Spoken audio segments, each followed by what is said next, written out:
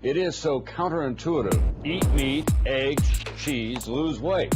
NBC Chief Science Correspondent Robert Bazell tonight with a new study. Here's the most important thing to remember. The studies on these foods takes on one of the biggest diet debates. Is it more important to cut carbs or fat if you want to lose weight and stay healthy?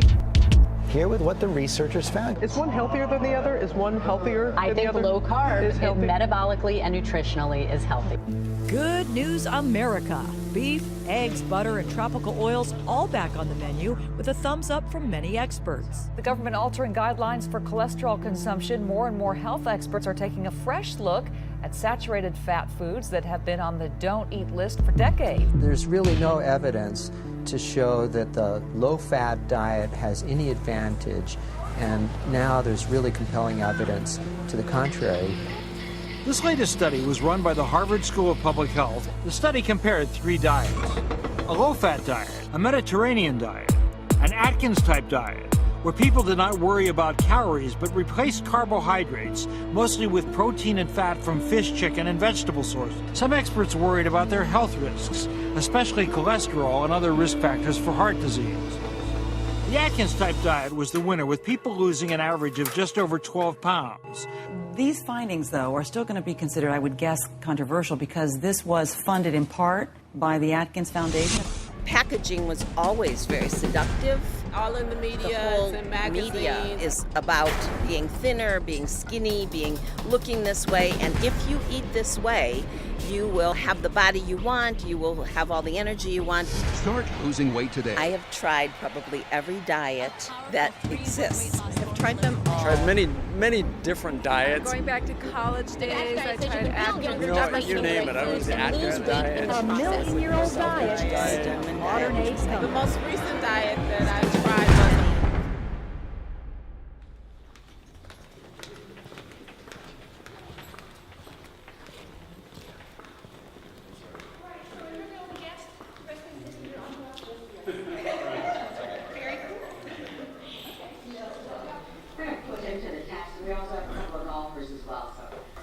They call it one of the most important health breakthroughs of all time, and it doesn't involve a prescription drug or invasive surgery. When people do this and they experience the health benefit, you know, they become overjoyed. But what's interesting is the very next question they ask: why haven't I heard this before? I have a friend who once told me, the truth is a stubborn thing. It doesn't go away. And when you're committed to the truth, no matter the consequences, your life can take unexpected turns.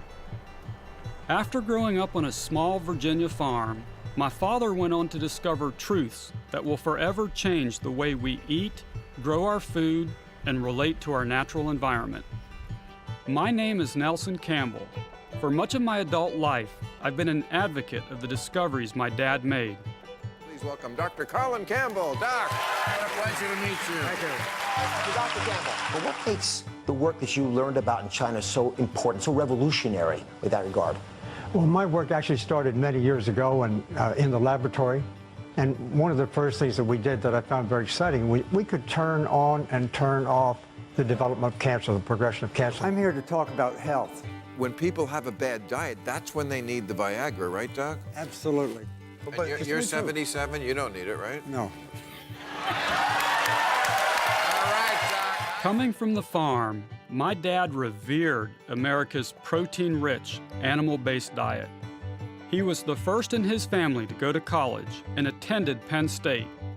Then he earned a PhD in nutritional biochemistry at Cornell University. For his dissertation, he studied methods to produce animal protein more efficiently. But for someone in search of truth, nothing is off limits, including one's own biases. In this small church, my mother and father were married in 1962. It was his experience with her mom that proved to be a turning point in his career. We moved a lot. We didn't have much money, of course. And Mom had an 8th grade education.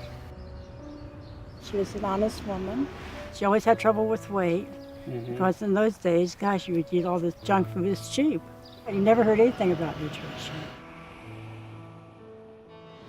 She had problems with constipation, and I think she saw some blood in the stools. And she went to the doctor. She was around 50, and she went to the doctor and she told him the problems. He didn't do any tests or anything on her. She told her, I think at one point, to go and take some X-Lax to help her bowels move. We were so close, and I think when I went on my honeymoon, as a matter of fact, I was never away from her. I tried to write her a postcard, and I started crying. And then probably about 6 months or maybe later than that, she went back to the doctor, and she just was feeling really bad. And then finally at this time, I guess they checked her out, and they said it was colon cancer, and they put her in the hospital, and she died that spring, the following spring. It was a difficult time for the family. It was a difficult time for Mom especially when she learned her mother had this problem with her colon. And it was clear to me what happened to her had a lot to do with the relation between diet and cancer. And I said to myself, that's my future. It still affects me the same today as it did then.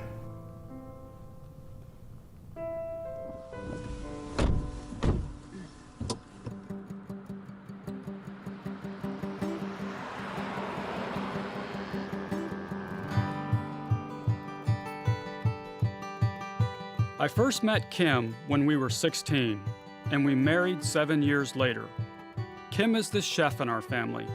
Over the years, she's perfected the art of using flavor and texture to prepare plant-based foods. This is the diet that we've been eating for the past 25 years, and it's nothing like the one I grew up on. Good food today. Back then, we were taught that there were 4 food groups, and that we had to consume dairy products and meat every day. But it was my dad whose research helped give expression to the idea that there was only one important food group: whole plant-based foods. Water has dried up in that county. They hit the bottom. There's no water available in the county now. Wow. Anyplace. I have many memories of growing up with my family. The most vivid ones come from this farm in the mountains of Virginia.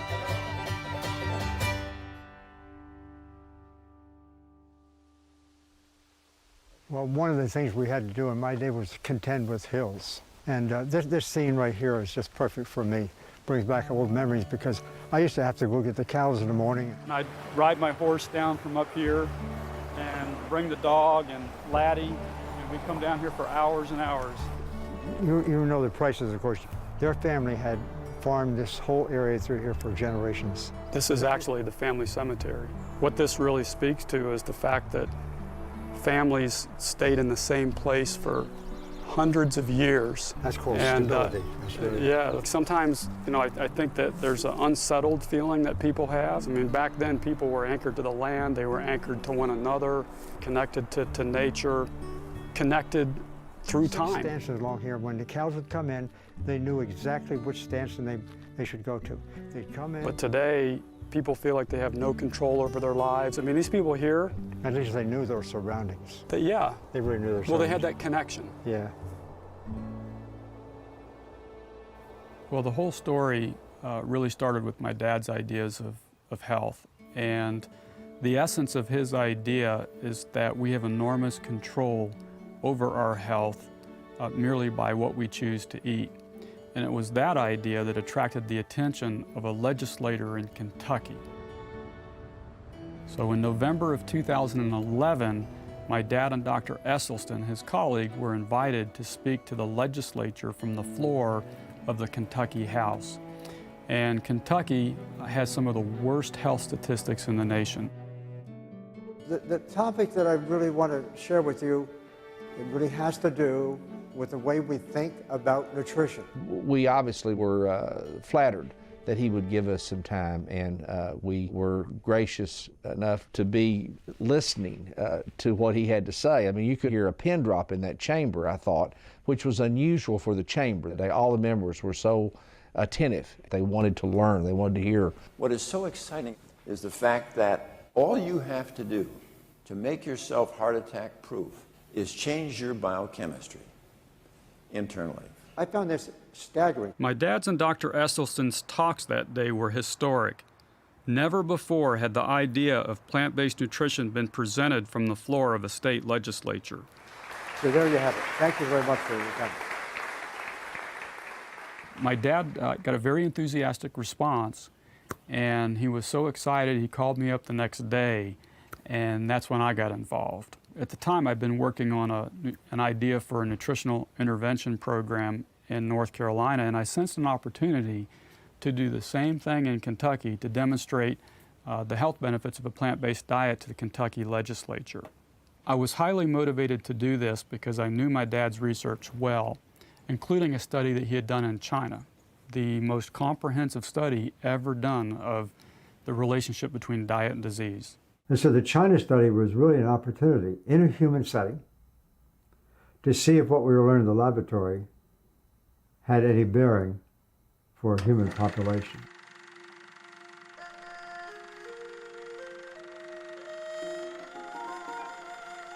Well, at the time that we were organizing the China study, we knew that for about a dozen different cancers, they were very common in some counties in China and much less common in other counties. Just that observation was interesting. I also was aware at that time that we couldn't really look at single nutrients and what role they might play. I was thinking of nutrients collectively working as in food. So the object of the China study was for me to measure as many things as we possibly could.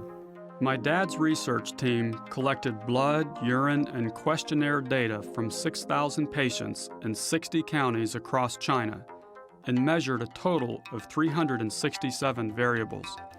Then they let the computers go to work, searching for patterns among nearly 100,000 correlations that might indicate the relationship of food to disease outcomes.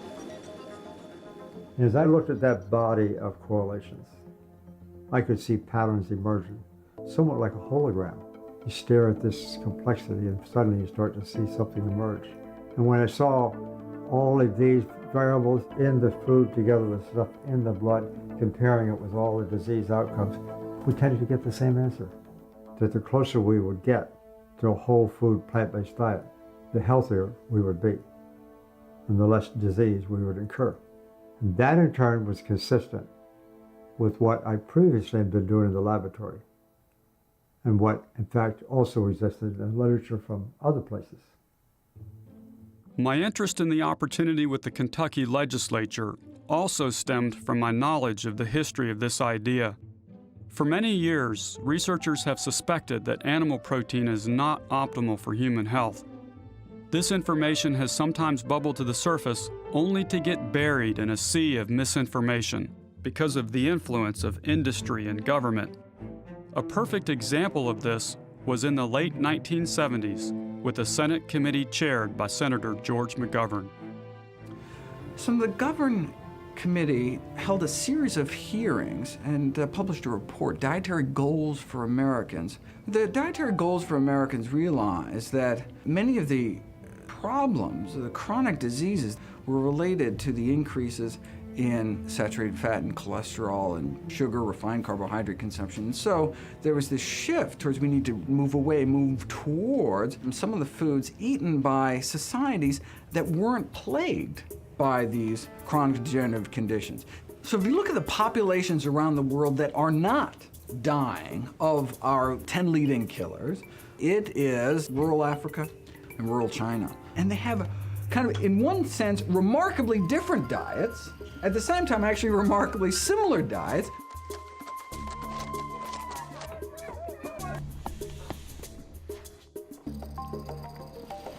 Without those studies that showed people this remarkable variability of disease rates around the world was not genetics, right? It's not just that people have different genes, but when you transplant people, they acquire the disease rates of where they're going, and generation after generation gets worse and worse as they lose some of their traditional plant-based eating and start kind of accumulating this kind of Western lifestyle.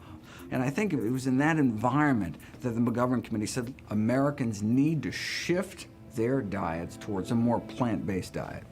The report first came out January 1977. but was kind of beaten back by some of the politics, as such that there was kind of a much watered down report by the end of that year. I have pleaded in my report and will plead again orally here for more research on the problem before we make announcements to the American public. Well, I would only argue that senators don't have the luxury that a research scientist does of waiting until every last shred of evidence is in. The greatest pushback came from the meat and egg industries, but the sugar industry called McGovern a puritanical do-gooder. The Salt Institute came out very strongly. The dairy industry wanted the goals scrapped.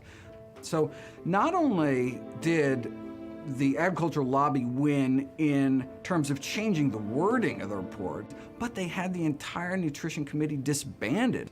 And so, I mean, it really changed even how nutrition policy was going to go forward in the federal government. Hey, I mean, you look at, and these political reverberations continue to this day.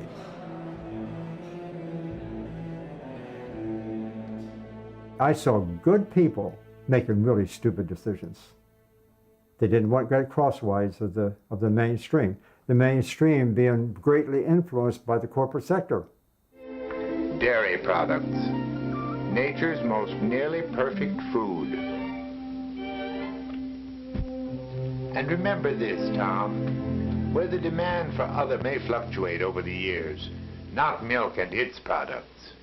Because folks need milk every day as much as, well, almost as much as the oxygen in the air. I just saw these outside forces coming in and shaping our knowledge. Not only shaping our knowledge in very narrowly focused ways, but also working hard to keep this from the public. This is what is laying to waste. I mean, the most likely reason our loved ones will die is heart disease, which is completely preventable, treatable, often reversible. I mean, and so, I mean, people should be angry that they don't know. Why didn't anyone tell me this? I had gotten fed up with the corporate invasion of what I thought was academia. Of course, I was being pretty idealistic. My research was handsomely funded for years by public money and only public money. And here they're not being allowed to hear this information. I felt like I owed something to the taxpayer. I kind of got fed up with it, and of course I was coming home and complaining to my wife about this, and she said, "Why don't you just sit down and write a book?" With the help of my brother Tom, my dad began to write the China study.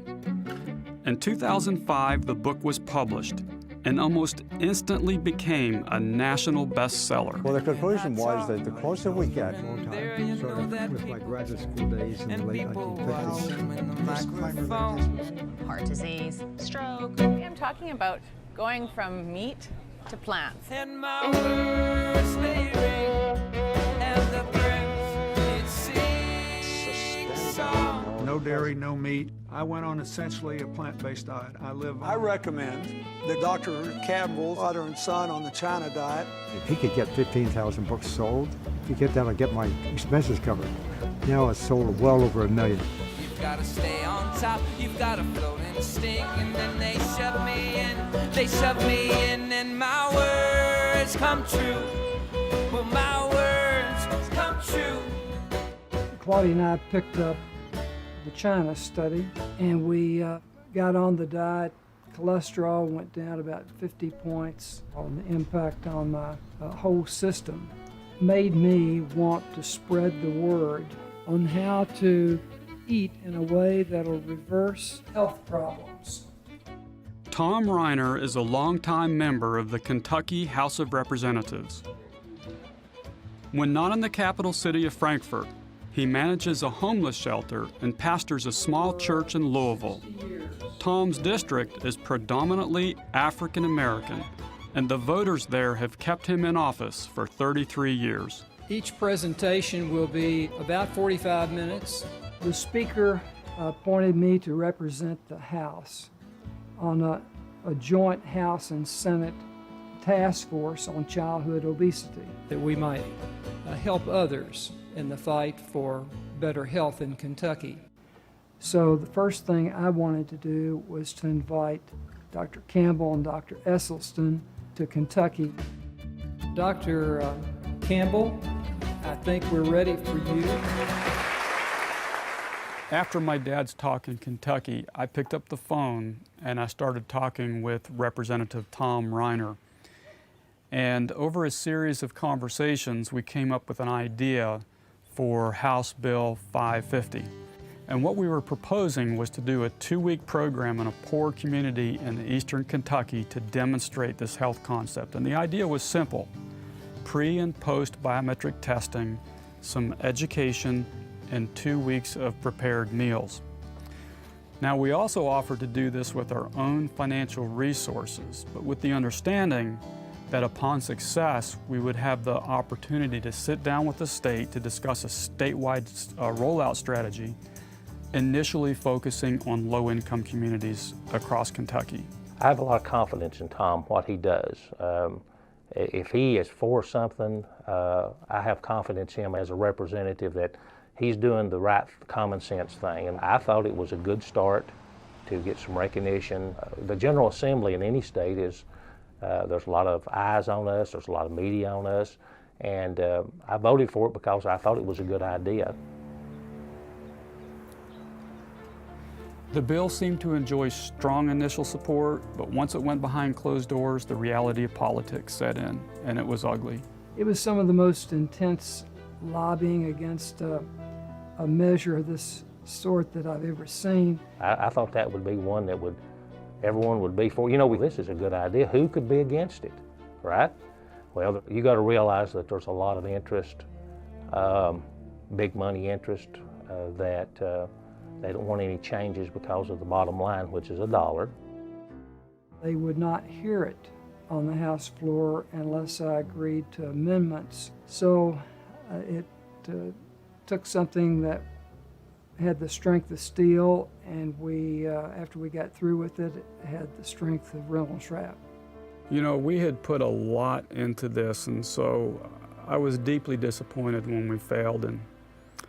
And I got wind that it was the agricultural lobby who had undermined our bill, and you know, it got me to thinking, who were they representing?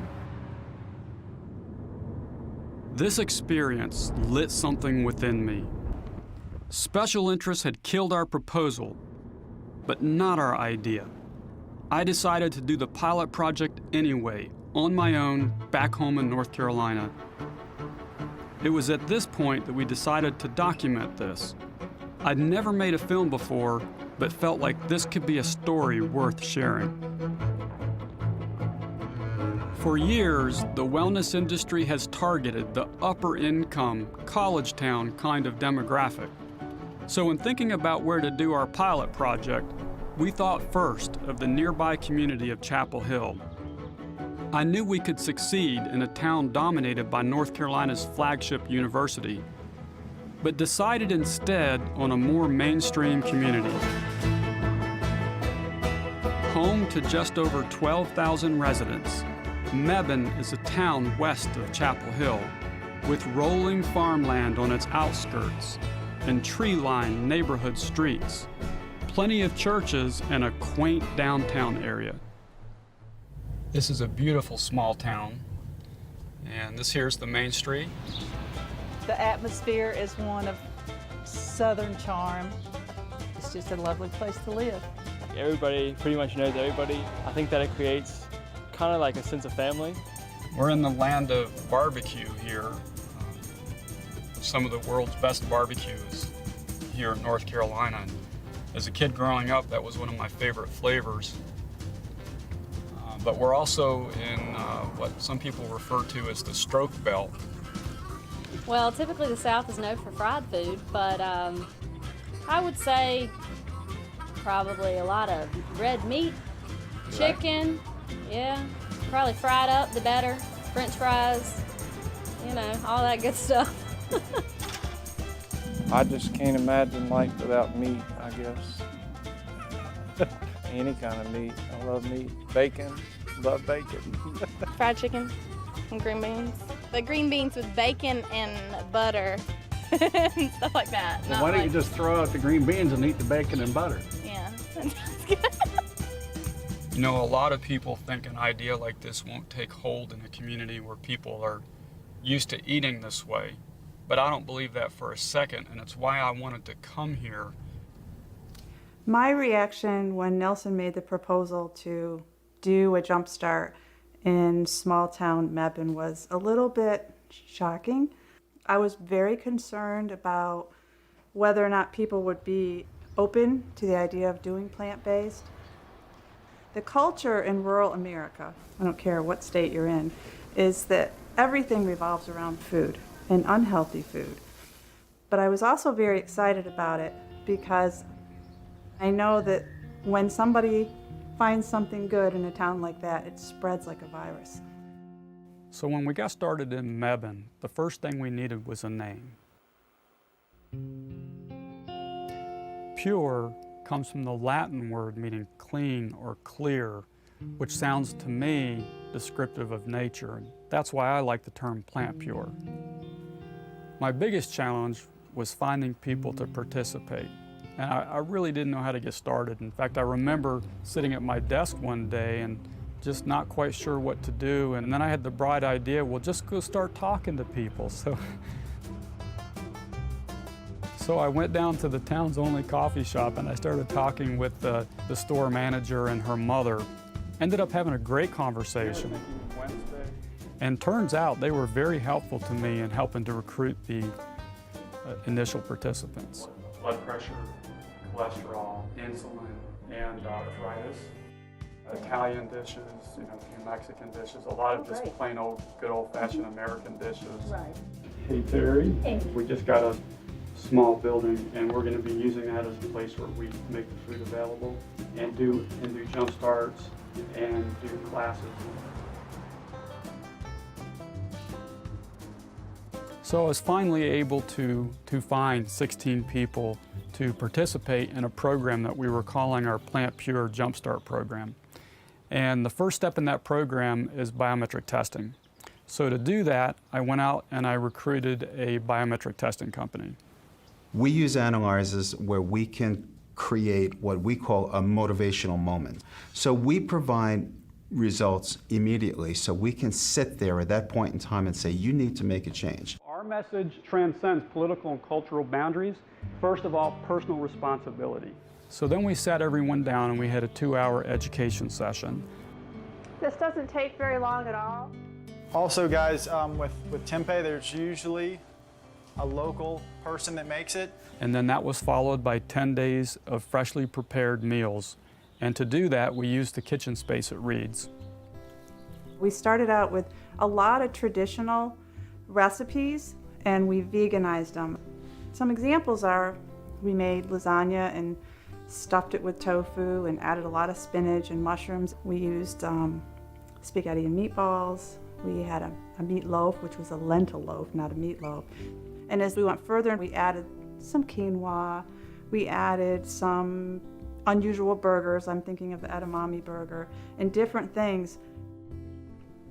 So when I found that initial group, I tried really hard to get a cross-section of the community. So we had a politician, a business executive, a journalist, and a local cattle farming couple. This is something that's very important to me when we talk about this idea of plant-based nutrition. We will do it again in 10 days. To me, the essence of what we're doing here is we're talking about taking control of your health out of the hands of the industry and government and putting it back to you. Okay, so this is the idea here. The words that people oftentimes use to describe this are vegetarian or vegan, but it's a whole foods plant-based diet. Do you want 3-bean jambalaya? Whole foods is important because you can be a junk food vegan. You can eat lots of sugar and oil and be very unhealthy. So the meal plan that we're going to be giving you is made from all whole foods components.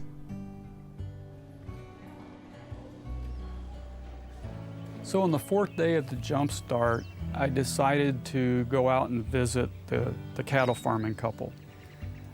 I knew that they were coming at this from a very different perspective. I remember we had that first session, and I remember you specifically saying that you had some skepticism because you were the carnivore in the group, and I like that honest feedback. But I'm just curious how you're feeling now. Yeah, I actually feel good. You know, I sleep well. I've totally enjoyed everything I've eaten so far. I'm not bloated feeling.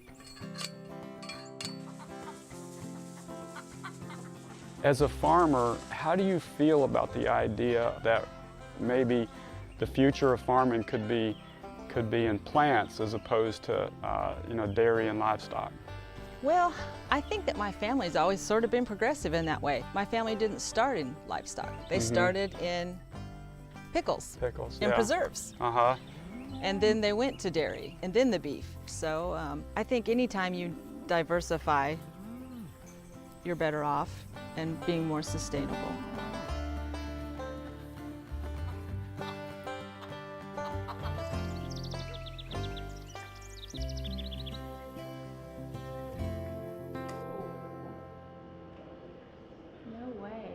So your total cholesterol was 176, and it went down to 139. Your LDL went from 84 to, I can't tell how much there is because there's less than 45. Really? Yeah. Can't get any better than that. Thank you. Triglycerides were 153, which was at risk, and they dropped to 66. My goodness, that kept me from getting the best life insurance rate that I could get, the triglycerides being high before. So that's... Your LDL? Average cholesterol fell from 196 to 148.5. LDL cholesterol went from 118 down to 86. Every single person here had significant improvement. The first jump start went really well, so we decided, well, let's see how far we can take this. And so we decided to do a second jump start. In organizing that jump start, I thought about someone who had participated in the first jump start, Aubrey Metter. As I participated in that 10-day jump start, I saw great results for me.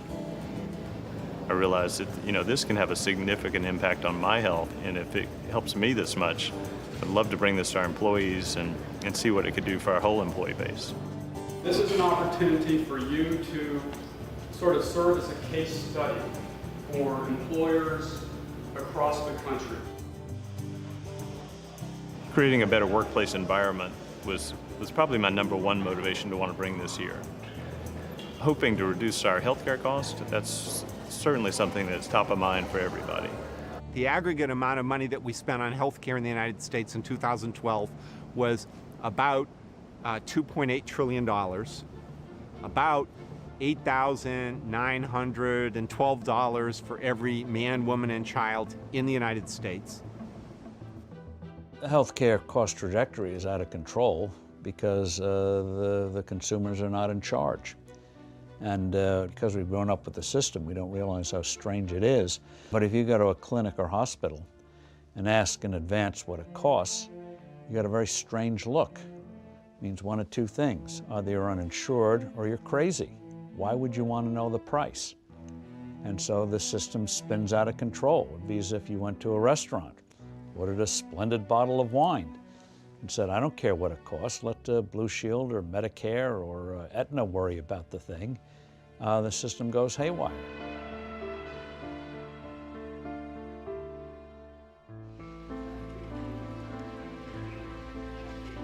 The Congressional Budget Office has reported for many years that if we stay on the current trajectory, we will have an overwhelming part of the federal budget devoted only to Medicare and Medicaid and Social Security. Unsustainable trends can't go on forever. It's really frustrating because when you look at the healthcare debate out there today, it's all focused on who pays the bill, but they're not really talking about how to reduce the bill, right? They're arguing about should the government pay for it, should the private sector pay for it, should be some combination of both. But the truth of the matter is that regardless of who pays the bill, they're going to go bankrupt. When I entered medicine in the 80s, we still had time to spend with people. When I was sort of coming of age in medicine in the 90s, that's when HMOs began to make their way into medical care. And those systems were run by business people. And those business people started setting certain kinds of standards for productivity, how much time you could spend with patients. And when I left practice, I had 10-minute visits. What can you do in 10 minutes with someone? You can write a prescription. My name is Tommy Privet. I'm 59 years old, and I am serving a church and have been for this church 9.5 years, but in ministry since I was 19 years old.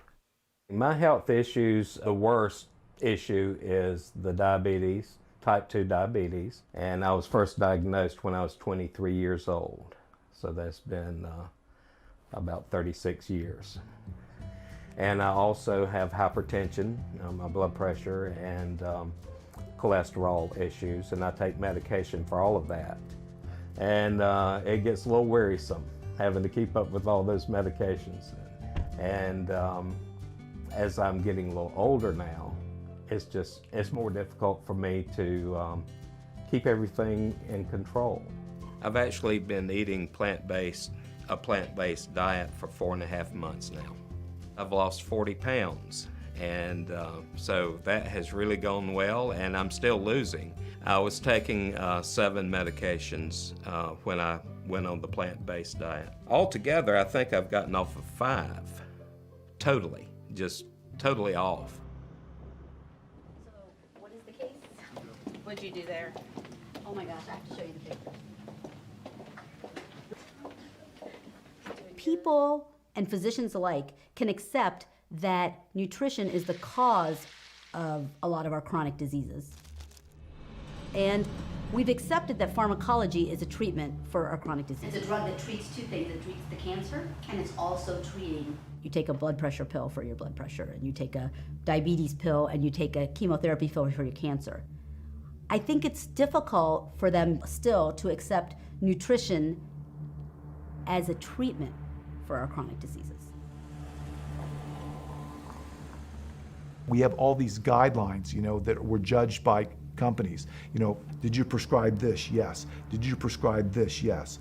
See that little fire there? That's a little blue looking back. Because you can imagine when you come to work every day and someone's always sick. You can go this way here, complaining of chest pain, not feeling well, in for another procedure, another stent, another bypass surgeries. They kept taking more and more medications. And I saw people not getting better.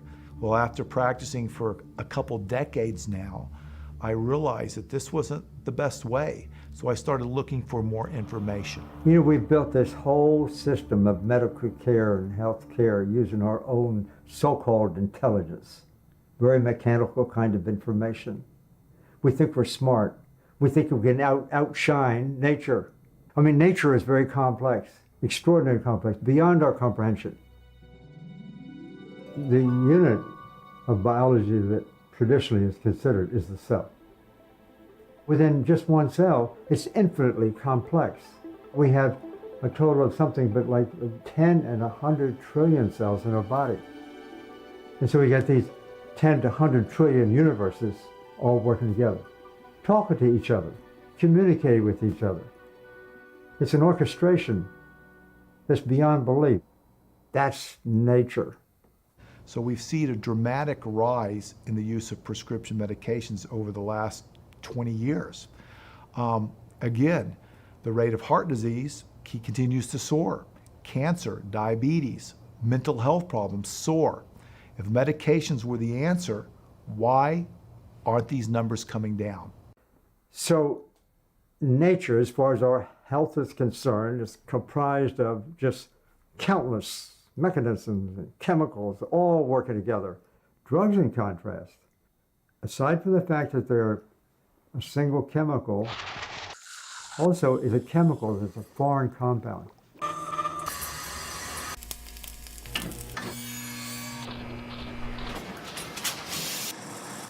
It has toxic properties. It only stands to reason. That kind of approach causes side effects. And all one needs to do, watch the television. Women should not take or handle Avodart due to risk of a specific birth defect, constipation, and abnormal vision. Doctor, if you experience increased gambling, sexual, or other intense urges. In extreme cases, this can lead to coma or death, or if you have muscle movements that cannot be stopped. Suicidal thoughts or actions. Tell your doctor right away if you have an allergic reaction that causes swelling of the face, lips, tongue, or throat, or affects your breathing. And just look at all the listed side effects that they have to put there. And rest assured, that's the ones they have to put there, because somebody told them to. There's still more that never make that cut. Only 2 countries in the world allow pharmaceutical companies to advertise directly to consumers on television: the United States and New Zealand. This advertising is highly effective. A recent Harvard study found that 3 of 4 people who ask for a drug from their physician get it. 70% of Americans today are now taking 1 drug. Over 50% are taking 2 drugs, and 20% are taking 5 or more drugs.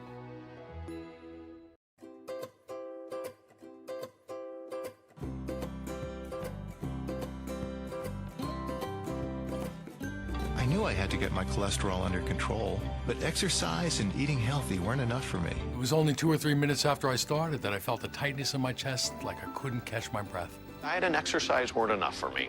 I stopped kidding myself. Do you think there's truth to that idea that for a lot of people that maybe diet and exercise are not enough? I happen to have high blood pressure, and diet and exercise wasn't enough, so I am taking pills. I think frequently, yes.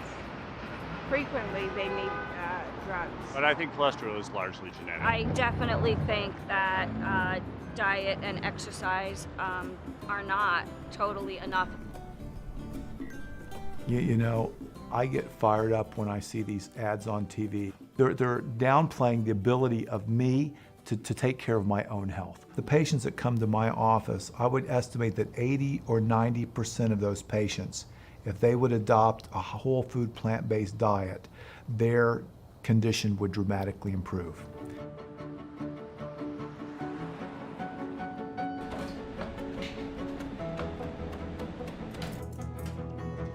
When we did the Mebane Jumpstart, the very first Jumpstart, we offered 10 days of food, and we offered a lunch and a dinner, and nothing was ever repeated. So they had a completely new recipe, new entree at every meal. So it was exciting for the people coming in.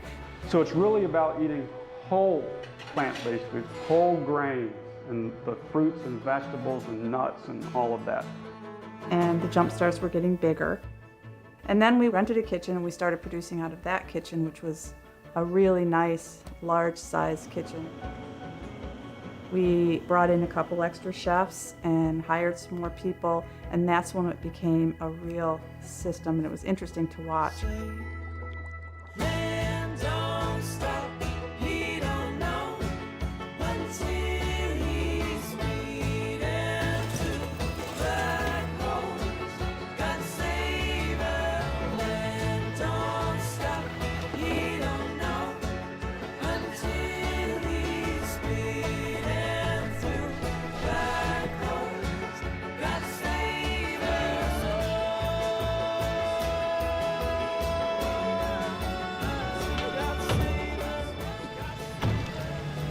So on the 3rd Jumpstart, I was able to recruit 50 people, and they came from 2 local churches. And we're gonna let Nelson come, and then he's gonna take it from there. Amen. One of those churches was located about 10 miles or so north of town out in the countryside. This is an idea that comes from nature, and we know where nature comes from. In fact, this idea is more powerful than any medicine that any doctor could ever prescribe. For Nelson to come in, I was really interested, and I felt like the Lord had led him there. That's what I felt like. I said, this is for me, because I had also gone to the doctor that same day and got some bad news, because the doctor had actually told me that, okay, I'm a type 2 diabetic. I'm on glucotrol and metformin. She told me, she said, your next step is insulin. She told me there's no cure for diabetes. She said, type 2 diabetes, there's no cure, Patty. And when I left that doctor's office that day, I was discouraged and I was depressed. How many hours do doctors get of nutrition training? I personally didn't get any through medical school, residency, or fellowship. I got no classes in nutrition in medical school. I don't believe nowadays that people get a lot of nutrition in medical school. It probably varies from school to school, but it's not a lot of hours. When I read the China study, my emotional reaction to it was one of horror, that I did not know any of this information and that I had been practicing medicine poorly. As I think back on it, I didn't know anything about nutrition. Good. What is that, Kayla? A house. Oh, a house. You saw a lot of houses last night, didn't you? The doctor called me to give me my results. Patty, I said, yes, ma'am. I want to give you your total cholesterol numbers. You're doing great. You're down 60 points. I said, oh, good. Continue to take your Provocol, Patty. I said, I sure will. I never opened the bottle. I don't even know what the medicine is.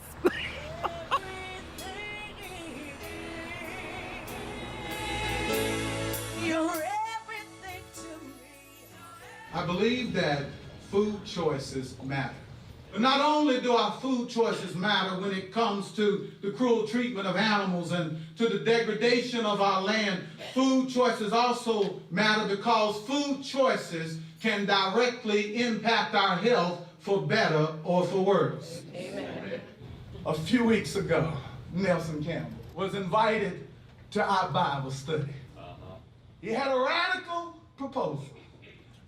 He said for 10 days, I put a whole plant food-based diet before you. Now I ask you to put it to the test. Yeah. Those of us who tried the whole plant food-based diet for 10 days, we saw remarkable drops. All right, come on. Oh, y'all know I'm right about it. In our cholesterol levels, in our weight, and in our blood sugar levels. Those of us who tried this whole plant food-based diet for 10 days can testify which diet is better. All right. Every day it seems like there's another fad diet that's out there, and one example of this is the low-carb diet. They emerge every now and then, and the idea is you're leaving out the potatoes and rice and so forth. What it really is an animal-based diet. You'll hear people say that on a low-carb diet you lose weight, you get healthy. When you look at what happens to people over the long run, a great many of them, their cholesterols go up, their heart risk goes up, their long-term cancer risk goes up.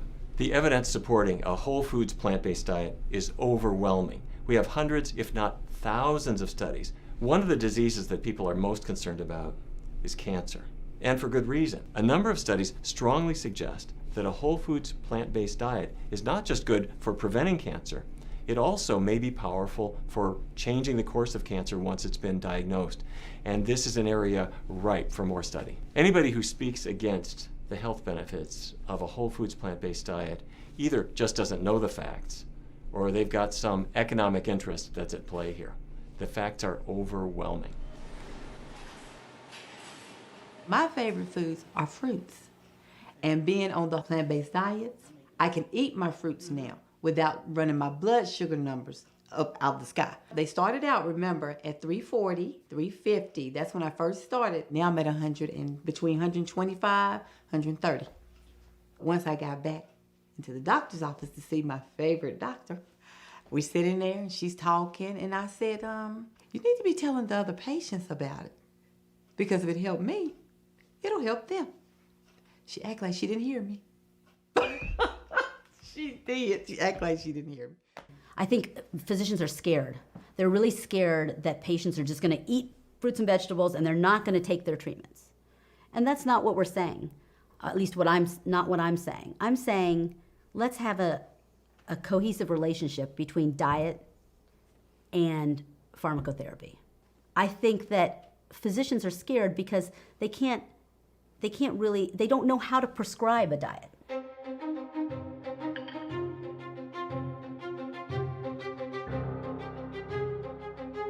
Things in medicine, just like cigarettes, move slow. I think things in nutrition are moving slower than I'd like, but I do think someday we're going to get there.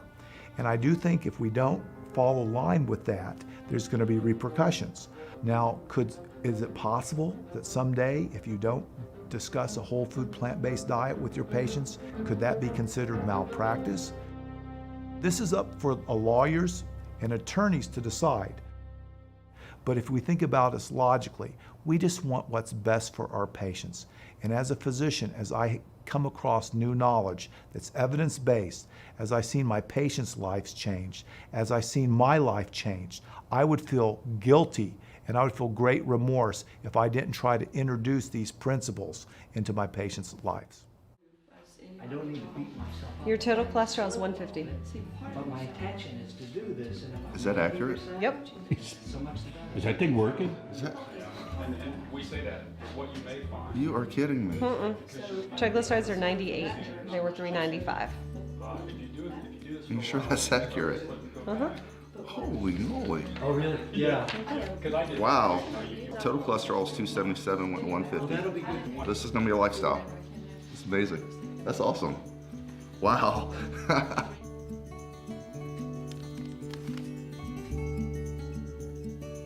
I've worked over the years with many of the manufacturers that make statins. And LDL is the focus. LDL is the number that they all want to bring down because it shows improved metabolic health. And I've been testing for 26 years. We've tested millions of people, and I've never seen results like this.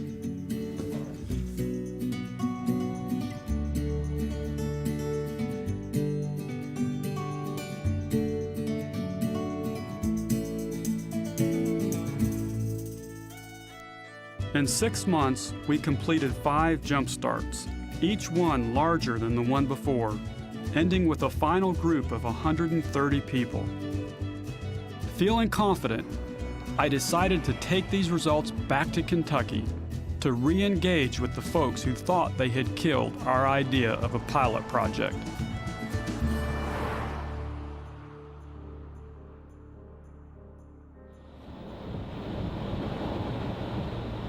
We have been over a dozen blocks without seeing a single grocery store.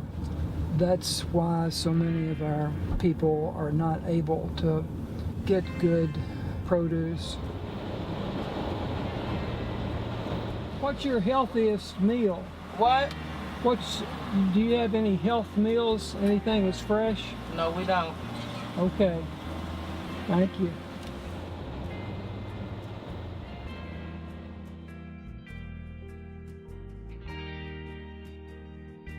About 23 million people in America live in food deserts. And in a country where 1 in 5 kids lives in poverty, there are tens of millions more who can't buy anything but cheap, processed foods.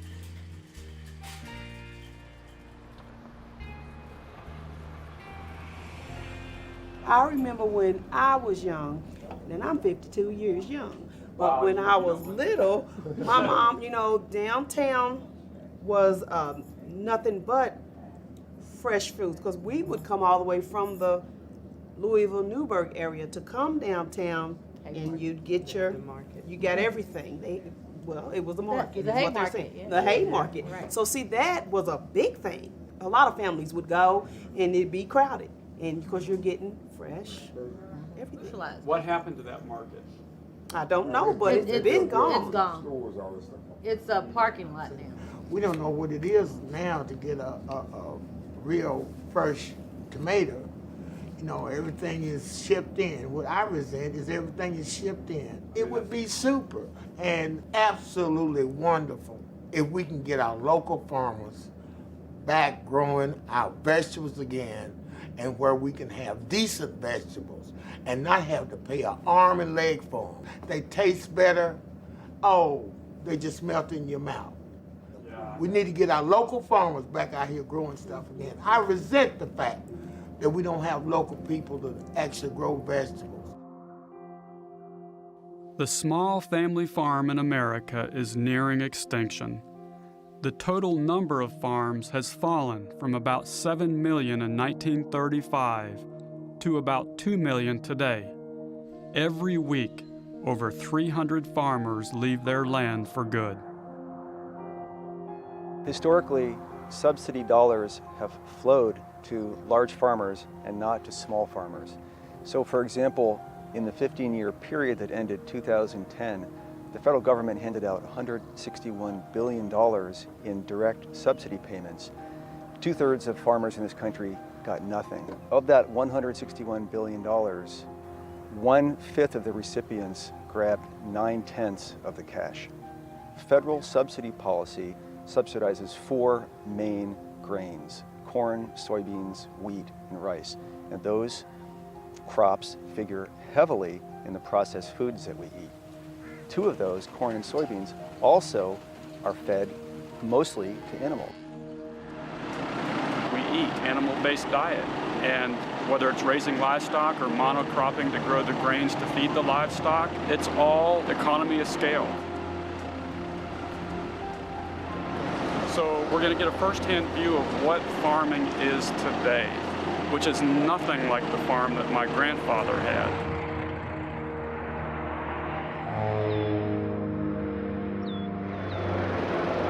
So this right here is what they use for monocropping. They have huge, vast fields, and they have a single crop, and this is what they have to use to till the soil.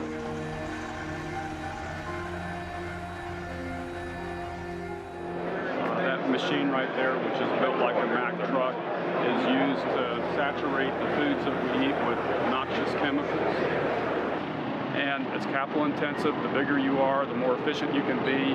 And of course, in the past, federal subsidies had the effect of driving down prices. So these guys can survive in that environment and prosper, but the little guy can't. The little guy who doesn't have access to this kind of equipment, this kind of land, this kind of capital, it's impossible.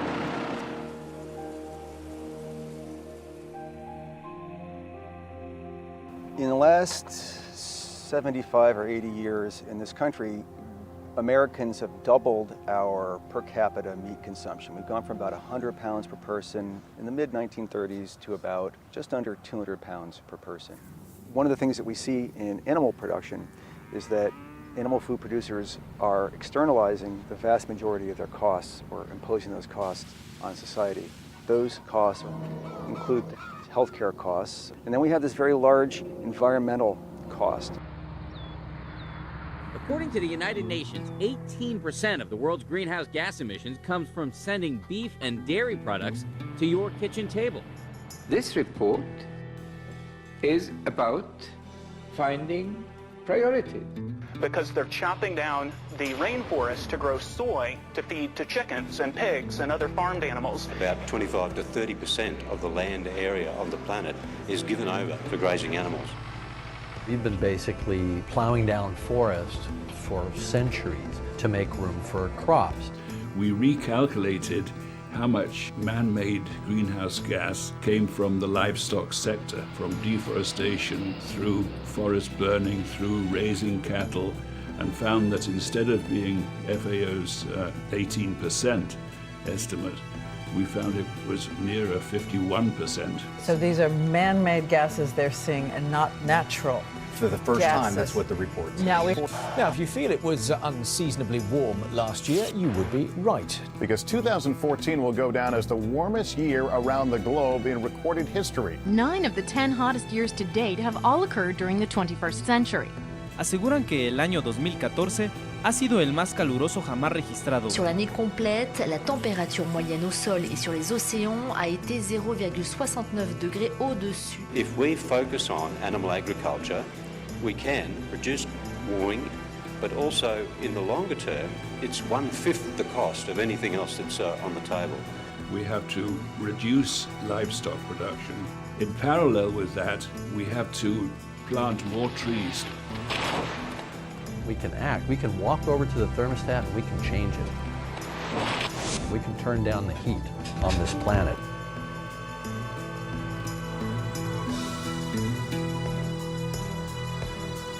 So we're saying these are critical things for humanity.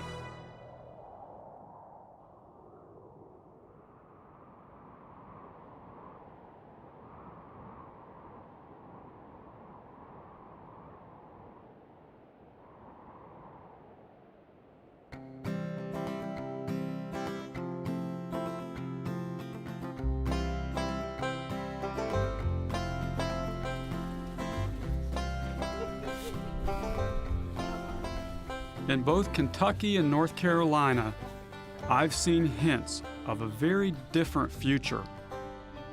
Once a week in Louisville, a farmer's market springs up in the middle of a food desert.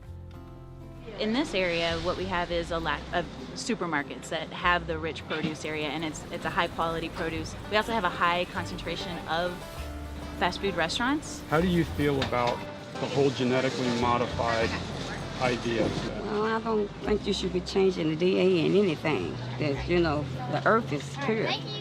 You know, when you start changing stuff and it's not really coming from the nourishment of the ground, that where it should come from. I think if the consumer is aware of what's going on, the consumer will find what the consumer wants. And the business model would then be you follow, you know, the demand. And I think that'll all work out to the benefit of the small farmers, and in a lot of cases, a less processed product. Now, have you noticed over the past 10 years that you've been involved in this, have you noticed an increase in interest or demand for locally grown food? Certainly. Back when I started in this, there were 3 farmers markets here in Louisville. We started the 3rd one. Now there's about 26. It's actually happening. A lot of new people coming into small-scale farming.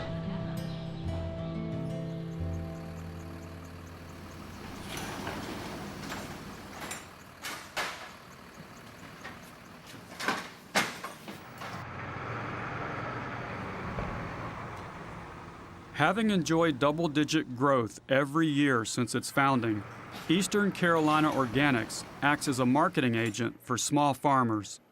These farmers drop off their produce for distribution into local and regional markets, which means they can grow in greater volume and with greater certainty than is possible when selling through a farmer's market. There's something inherent about people who are seeking out fresh vegetables, organic vegetables. They want to support local farmers. Those values are very, very deeply intertwined within the consumers. And the 100 farmers that I work with personally are very aware that the new trends in healthier eating are directly supporting their farm. So vegetable farming is much more accessible for small and new and young farmers to get into. If they have the support of a regional aggregator, food hub, then they can likely even sustain their family on just 10 or 20 acres. I would say that over 90% of the farms that we work with are making their income fully off of the farm. When you start to eat this way, this is the kind of food you want. This here is food as medicine. This is food that's grown chemical-free. It's not genetically modified. It's picked when it's ripe. This is what you want. And what's exciting to me is that the small local family farmer supplying into a local market is best able to get this kind of food to the consumer at affordable prices. And this is the David and Goliath story of our time, in my view, that the fact that the small family farmer can outcompete the corporate agribusiness farm from afar, from across the country or from another country altogether. And that's what's exciting to me, is what this could do for the small family farm.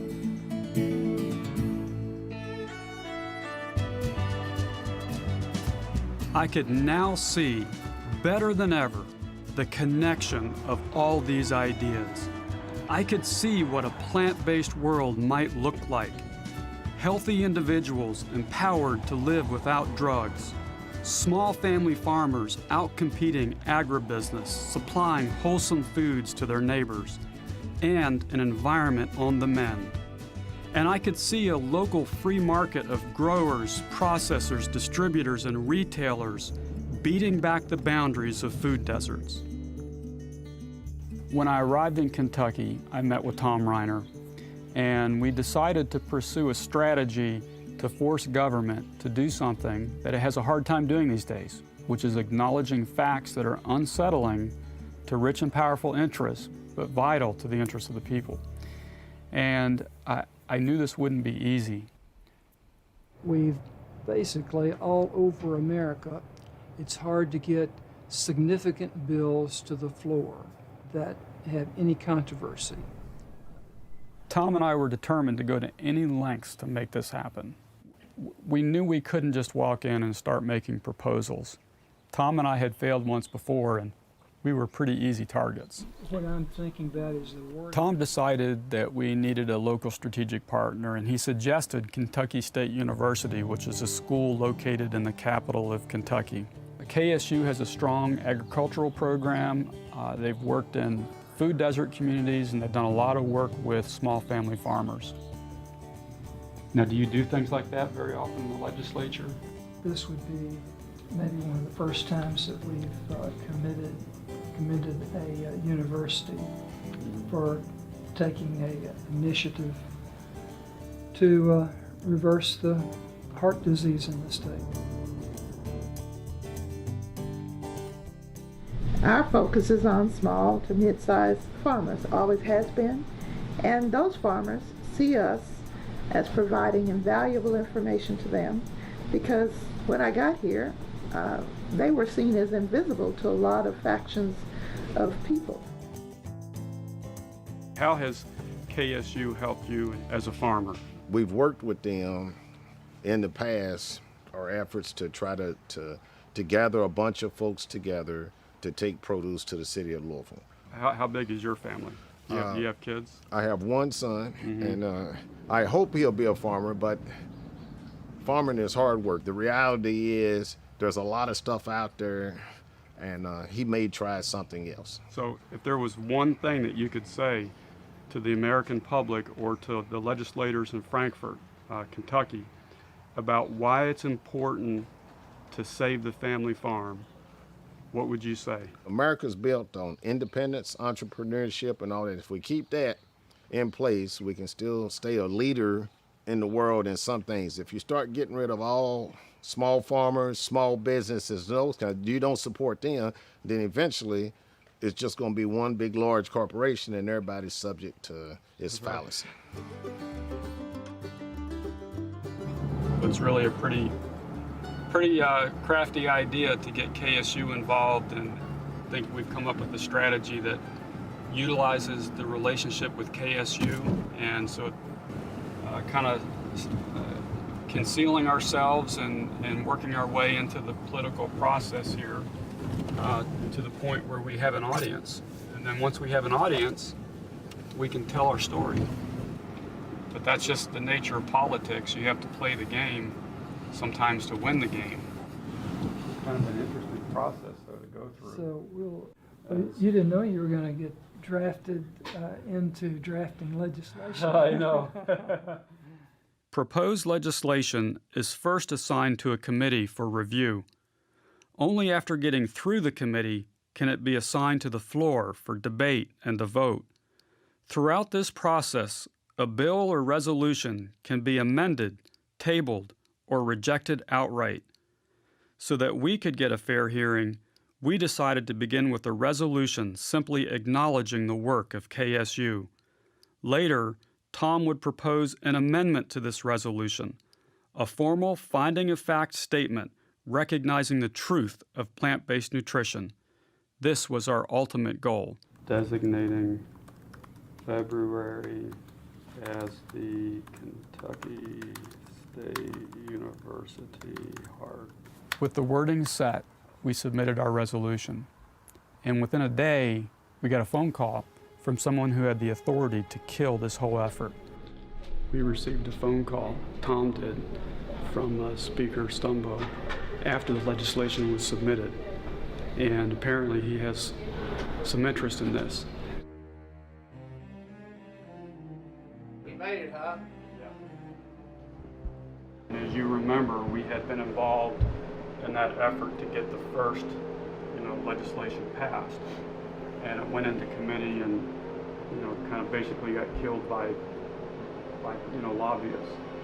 And the legislation was by the beef cattle people. Yeah, the legislation was to promote this idea of whole foods, plant-based nutrition. Now you would think that in 10 days you wouldn't see that much change. That no one had ever heard of this idea, but I got these folks together, and they had tremendous results. So I just think it's a wonderful opportunity to do the right thing. And well, I congratulate you on your efforts, and I'll be happy to help you any way I can.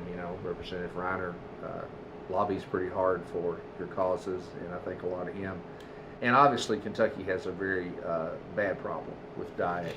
We're traditionally looked upon as one of the most unhealthy states in the nation. And so anything we can do to help you, we'll be happy to. But I think with your support, I think that could make the difference, and really appreciate that. We got the support of the Speaker, so we decided to request that our resolution go to a committee chaired by someone friendly to the Speaker, the chairman of the Appropriations and Revenue Committee. Once in committee, where we could offer some powerful testimony, we would add our finding of fact statement acknowledging the facts of plant-based nutrition. Hey, Dad. I'm sitting here with Tom, and Tom has some interesting news. He heard that the chairman of the committee does not want you to come and testify. He's afraid that it's going to cause a big row and that the whole committee will vote against the resolution. Well, that's just really disappointing. I think it's time for people within the political arena to take some responsibility. Sorry about that, but I know, Tom, you've done a great job. Because of the chairman's reaction, we became concerned that he was suspecting that there was more to this than met the eye. So that's when we decided not to offer our amendment in committee, but to wait until we got to the House floor, assuming we got through committee. And in fact, that day we were so paranoid that Tom suggested that I not come to the committee hearing. Representative Brown, would you like to give us a brief description of the resolution? Yes, basically it's a resolution commending Kentucky State University for what they're doing in the food desert. Information about the work that KSU is doing to help small farmers. We became involved in this program several years ago, and we have a program of I think if it's not clear, it can be troublesome for you later on, that's all. We have a motion by Representative Wayne, seconded by Representative Grimm, that we adopt the title amendment. All in favor, please say aye. Aye. All opposed? Dr. Size, thank you very much. Thank you very much. We appreciate it. Both of you. It could not have been more of a slam dunk. I've never been in a meeting, committee room, where I saw a bill go any faster than this. In Kentucky, a legislative finding of fact is important. It can be used as a basis for future legislation, and it also can be referenced in a court of law. Our goal was the boldest statement ever by any government anywhere.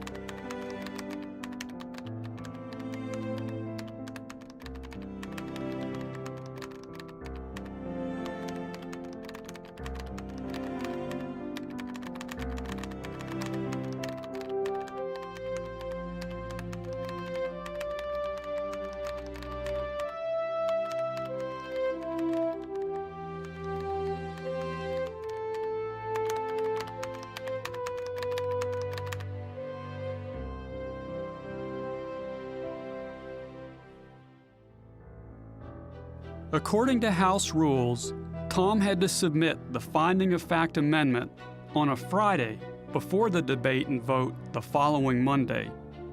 As expected, our amendment provoked a strong reaction. I'm really nervous. Didn't sleep much at all last night. Just kept thinking about this. We put a lot of work into this, and it's all coming down to one big event, and I have no idea what's going to happen. Also, we've had a 2.5-week delay because Tom broke his hip. He steps to the Capitol and slipped on some ice, and that was 2 days before he was going to go down to the floor to give a speech and have this bill voted on. Good to see you. Yeah, it's exciting today. It's going to be a good day. Yeah, you think so? Yes, I do. Oh, I love your enthusiasm. Yeah. So we've been concerned all along that we were going to get discovered But here we are today. We've made it, and we're here, and we're ready to go. So we'll see what happens. A representative from the Speaker's office and a representative from the majority floor speaker, they came and they asked me, they said, you know, there's a big stir. People are upset about the amendment. And you're not going to call that, are you, today? And I said, well, I've got to at least discuss it. And then finally, the majority floor leader himself came over and spoke to me. He said, well, they would appreciate it if I didn't call for a vote on it. Despite this resistance, we had one thing in our favor. Tom had personally sat down and walked almost 80 of the 100 members through my dad's book. No legislature anywhere has as much awareness of these ideas as in the Kentucky House. House Resolution 77, a resolution commending Kentucky State University for its efforts promoting public health and designating February as Kentucky State University Heart Healthy Month. Representative Riner. Chair recognizes the gentleman from Jefferson, 41. In 2012, I worked with Dr. Campbell's son, Nelson, on drafting House Bill 550 to improve the health of an at-risk Kentucky community. After lobbyists pressured members to kill the project, those resources were diverted to help a rural community in North Carolina. Over several months, Nelson Campbell conducted 10-day jump starts, putting people on a plant-based diet. Those with total cholesterol of 175 or higher experienced an average of 20% drop. Many participants had the option of getting off medications for type 2 diabetes as well as cholesterol-lowering medication. God only knows how many lives could have been saved had these truths about improving the health of our people not been suppressed for nearly a half a century. Suppression of truth to please lobbyists for billion-dollar corporations is a device used by dictators, not by virtuous American leaders. Today is our opportunity to lead by recognizing the most basic truths about good nutrition. This short amendment reads, numerous scientific studies now confirm that a whole foods diet comprised primarily of vegetables, fruits, grains, legumes, and nuts without added oil, sugar, and salt is optimal for human health, not only preventing a broad range of diseases and illnesses, but also reversing some of the most dangerous chronic conditions. This finding is of the highest importance to the Commonwealth because it communicates a truth that has the power to save lives. Mr. Speaker, I move adoption and call for a roll call vote on House Floor Amendment number 1. Motion made and motion second for adoption of House Floor Amendment number 1 to House Resolution 77. Is there discussion? The chair recognizes the gentleman from Harrison. Thank you, Mr. Speaker, and certainly the gentleman from Jefferson is bringing us something he is very concerned about, and we all want to be healthier. But, Mr. Speaker, I do have a concern with the amendment because in looking at the amendment, it looks like the absence of perhaps meat as part of your diet seems to be taking us in a direction that is possibly not the best direction for all Kentuckians. So I would have to, in great respect for my friend from Jefferson, but I would have to ask us to oppose this amendment. Questions on adoption of House Floor Amendment number 1. Chair recognizes the gentleman from Jefferson, 35. I'd like to speak on the amendment, Mr. Speaker. To respond to the gentleman from Harrison, I think if you read the amendment carefully, the word primarily is there. Diet based primarily on some of these plants. And I don't think that contradicts anything that, that the medical community is advising these days. Questions on the adoption of House Floor Amendment number 1 to House Resolution 77. Is there further discussion? Chair recognizes the gentleman from Allen, 22. Thank you, Mr. Speaker, and I would rise in complete respect for the gentleman's and the emphasis on placing more plant product into our body and less animal product.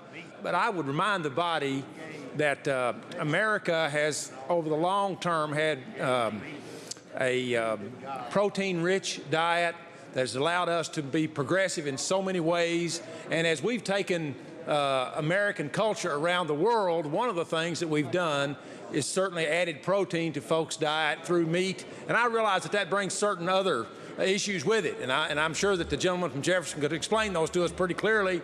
The China study is a really interesting piece, and I think there's a lot to be learned from it. But I think we need to be really cautious when we push our diet all in one direction. So we need to think about that as we consider this amendment. Thank you. Chair recognizes this gentleman from Harrison. Thank you again, Mr. Speaker. And Lord, if the gentleman from Jefferson might consider perhaps withdrawing this amendment and taking another look at it and insert perhaps putting meat or meat products in that definition. If he'd like to do that, then certainly we'd have something we could work with, but that's just a suggestion today, Mr. Speaker. Chair recognizes the gentleman from Nelson, 50, to speak on the amendment. Thank you, Mr. Speaker. In reading the amendment carefully, I don't know how anyone can disagree with it. It simply states that numerous studies have found that. And there's really no disagreeing with that. Having experienced a plant-based diet for about a 6-month period, I think everything that the gentleman, the sponsor, has said is true. But the amendment itself is flat out true. You can't dispute it. Thanks, Mr. Speaker. Questions on the adoption of House Floor Amendment number 1 to House Resolution 77. Is there further discussion? 2 or more members calling for a roll call. Roll call vote will be had. Those in favor of the adoption of House Floor Amendment number 1 will signify by voting yea. Those opposed, nay. Roll call machines open for your voting. Have all members voted? Any member wishing to change or explain his or her vote? Have all members voted? Clerk will take the roll. Roll call machine showing 34 members voting yea, 44 members voting nay. House Floor Amendment number 1 is defeated.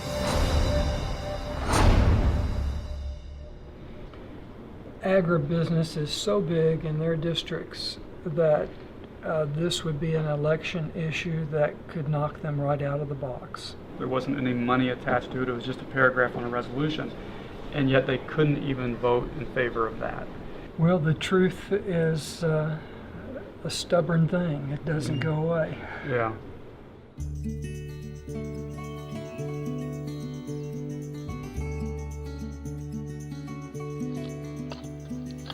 When I was looking at this, I had to make a choice. So I kept digging deeper to see if it's really true. And I got to give my father credit for that, because he basically said, whatever you do in the future, never forget, tell the truth, always.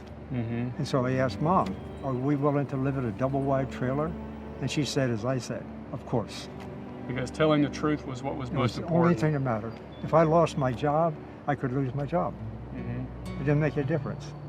It's been said by many people many times over, I'm sure. But telling the truth is a sense of freedom. If I had to tell something that wasn't quite right or give it a different sort of cast a different light on it, I would never feel free from my own sense of self. I couldn't.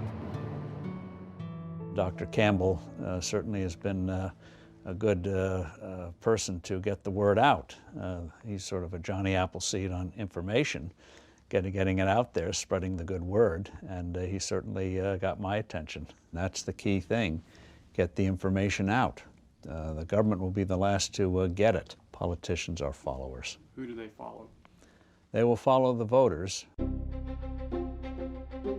They call it one of the most important health breakthroughs of all time, and it doesn't involve a prescription drug or invasive surgery. Instead, it calls for the classic advice we've heard since we were children. Eat your veggies. All good. Sounds simple enough, but difficult to convince those who were raised on Southern comfort foods like meat and potatoes. Well, it all began when a nutritional scientist inspired a Kentucky state representative to propose that pilot program that could potentially prove the health benefits of a plant-based diet. We're getting ready to hold the first rally of this kind that we're aware of anywhere. I think there's an incredible potential for a movement to emerge. And in any movement, the first step is always the hardest. It's not just going to come down as a mandate from government. Big societal change never comes that way. Fundamentally, it's going to come from people who are taking the effort at the grassroots level. We sort of use guerrilla tactics to try to get local media exposure. We got in the feature section of the paper. We were in a couple magazines. We had 3 radio interviews. And when people move to this way of eating, they discover. We want them first and foremost to understand the incredible power they have over their own health. We got on the morning show in Louisville. Which leads to another plateau of emotional freedom. And when people do this and they experience the health benefit, you know, they become overjoyed. But what's interesting is the very next question they ask, the very next thing they say is, why haven't I heard this before? I'm really nervous. Our thesis is that we've got to change this world from the bottom up. And for me personally, I need to see a crowd here tonight to vindicate that idea. And I don't know if we're going to get that or not. I have no idea who's going to show up. We'll have to wait and see.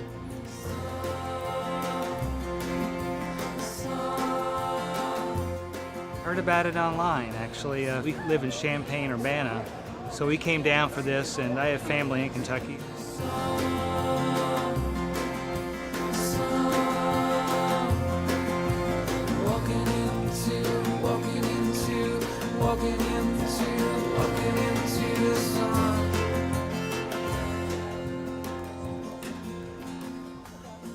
And now I have the pleasure of introducing Nelson Campbell.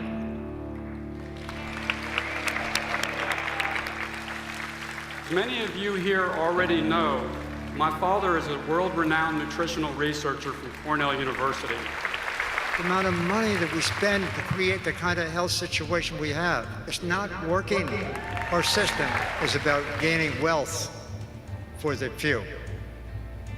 Unfortunately, at the expense of the health of the many. The story began over 2 years ago. I'm a researcher in the laboratory. Suppression of truth to please lobbyists for billion-dollar corporations is a device used by dictators, not by virtuous American leaders.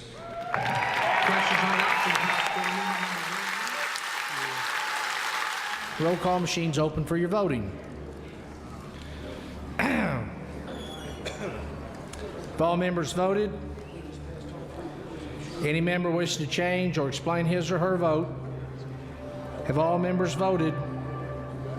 Clerk will take the roll. Roll call machine showing 34 members voting yea, 44 members voting nay. House Floor Amendment number 1 is defeated.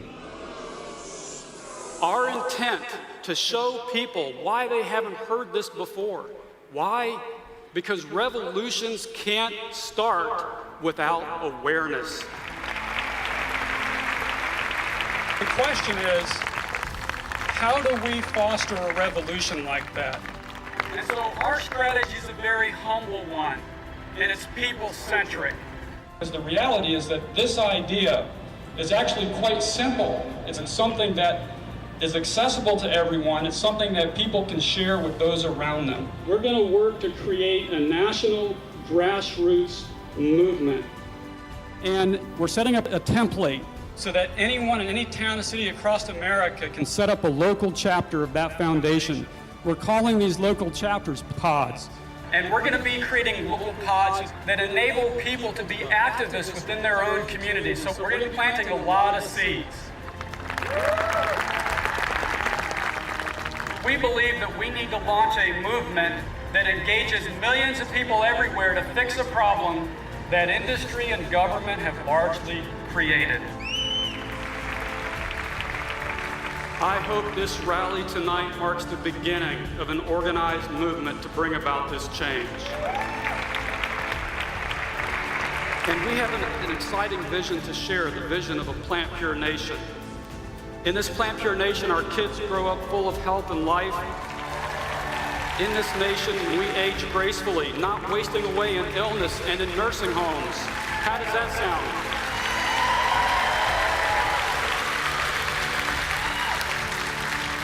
And in this nation, the small family farmer once again becomes the foundation of our system of food production and distribution.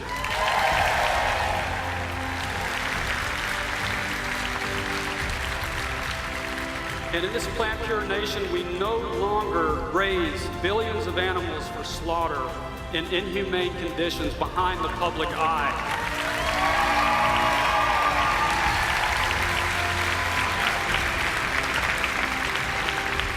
And in this PlantPure Nation, we help to restore the world's climate, rainforests, and topsoil. This is a PlantPure Nation.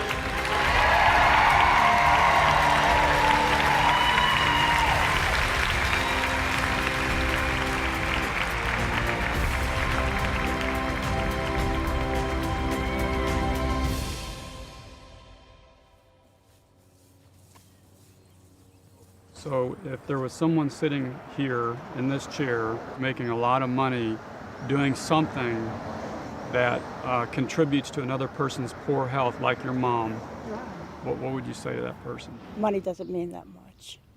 Well, what's important? What's important? Caring about others, love, honesty. I think that's very important. If you have those things, then you're going to do pretty well in life. And you're going to do well by others. Yeah. Although this story takes place in America, it is relevant to people and nations everywhere. And it is a story bigger than one of health alone. It's also about how we can solve our problems. We often look up to politicians and institutions to lead us from a distance. But if we want to take back our future, perhaps we ought to stop looking up and start looking within and around ourselves for solutions. What if millions of people working together could fix many of the most serious problems of our time, all connected with what we choose to eat? It sometimes seems we face historic challenges, but this only means we have an unprecedented opportunity to make a better world. The future is bright.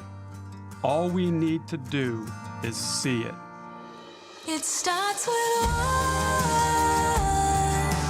one is all it takes. It starts with one step, you're on your way. A revolution starts with one.